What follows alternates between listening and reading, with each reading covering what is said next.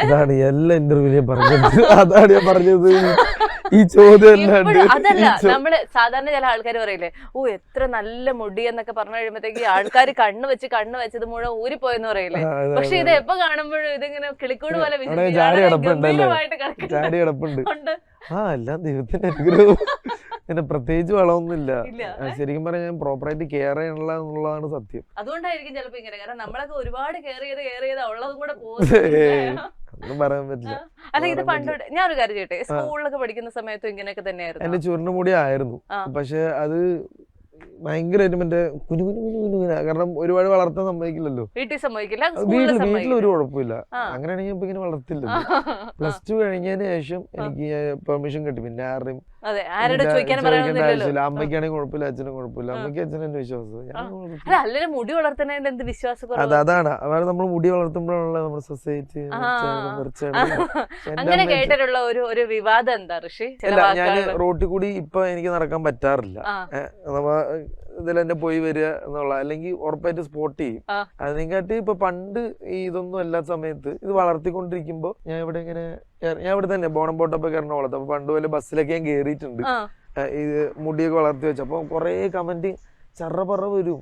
അവിടത്തെ ഒരു പറയണ തീപ്പെട്ടി ഉണ്ടാടാന്ന് പറഞ്ഞ് ചോദിക്കും. അപ്പൊ ഇവിടെ നിന്ന് വരുത്താൻ ക്ലീഷൊക്കെ ആ സമയത്ത് എനിക്ക് ക്ലീഷ അല്ല. അമ്മ ആദ്യം കേട്ട് ഞാൻ പോയി പണം നോക്കാം. എന്റെ അച്ഛനൊന്നല്ലോ എനിക്ക് പൈസ തരണത്. എനിക്ക് ഞാൻ എന്റെ തലയിലും മറത്തും എവിടെ വേണമെങ്കിൽ മുടി പോകും. ഇവനെന്താ പ്രശ്നമൊന്നുമില്ല. ഇല്ല അവരെന്റെ അടുത്ത് ഒരിക്കലും ഡയറക്റ്റ് ഒന്നും ചോദിക്കില്ല. ഡയറക്റ്റ് ഒന്നും ചോദിച്ചാൽ ഇടി പൊട്ടുമല്ലോ. അവര് മാറി ഇരുന്നിട്ട് എടാ തീപ്പെട്ടി ഉണ്ടാടാ. അപ്പൊ ഞാൻ പറയാ ഫസ്റ്റ് ഡീപ്പോ ഡാൻസിലാണ് ഉണ്ടായിരുന്നത്. ഡീപ്പോ ഡാൻസ് ഞാൻ പ്രൊഫഷണൽ ഡാൻസർ ആണ്. ബൈ ചാൻസ് എല്ലാവർക്കും അഭിനയിക്കാൻ ആഗ്രഹം എനിക്കുള്ളൂ. ദൈവം എനിക്ക് ഇങ്ങനെ ഒരു അനുഗ്രഹം തന്നു. പക്ഷെ ഈ മുടിയെ പ്രേമിക്കുന്ന ഒരുപാട് സുന്ദരികളായ ആരാധകരുണ്ടായില്ലേ? അല്ലേ? അവരൊക്കെ എന്തൊക്കെയാ പറയുന്നേ? അപ്പൊ ശരിക്കും ക്യാരക്ടറിനെ അവര് ഇഷ്ടപ്പെടണേ. നമ്മുടെ അതിനകത്തുള്ള ക്യാരക്ടറും. നമ്മുടെ ഈ സീരിയൽ ക്യാരക്ടേഴ്സിനാണോ ഇഷ്ടപ്പെടുന്നത്? അല്ലല്ലോ, നമ്മളല്ലേ ഇഷ്ടപ്പെടുന്നത്. നമ്മളെ ഇഷ്ടപ്പെടുന്നത്. എന്നാലും എന്റെ റിയൽ നെയിം പറയാനെക്കാട്ടി കൂടുതൽ മുടിയനെ അറിയുള്ളൂ. മുടിയനല്ലേ അതിനകത്ത് ഉള്ളത്. അല്ലെങ്കിൽ അത് കഴിഞ്ഞിട്ട് പറഞ്ഞ പേര് വിഷ്ണുവാ. ഇത് രണ്ട് കഴിഞ്ഞിട്ട് ഋഷി വരുള്ളൂ. മിക്കവർക്കും അറിയില്ല. ഇപ്പൊ അറിയാം. ഇപ്പൊ ഏകദേശം അറിയാം. എന്നാലും അത് എനിക്കൊരു കുഴപ്പമില്ല. നമുക്ക് സന്തോഷമുള്ള നമ്മുടെ ക്യാരക്ടർ വെച്ച് നമ്മൾ അറിയുന്ന.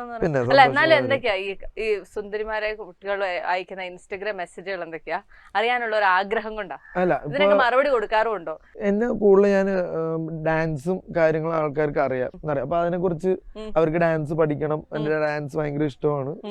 ഹെയർ സ്റ്റൈൽ ഭയങ്കര ഇഷ്ടമാണ്. അപ്പൊ അങ്ങനെ മെസ്സേജ് ചെയ്യാറുണ്ട്.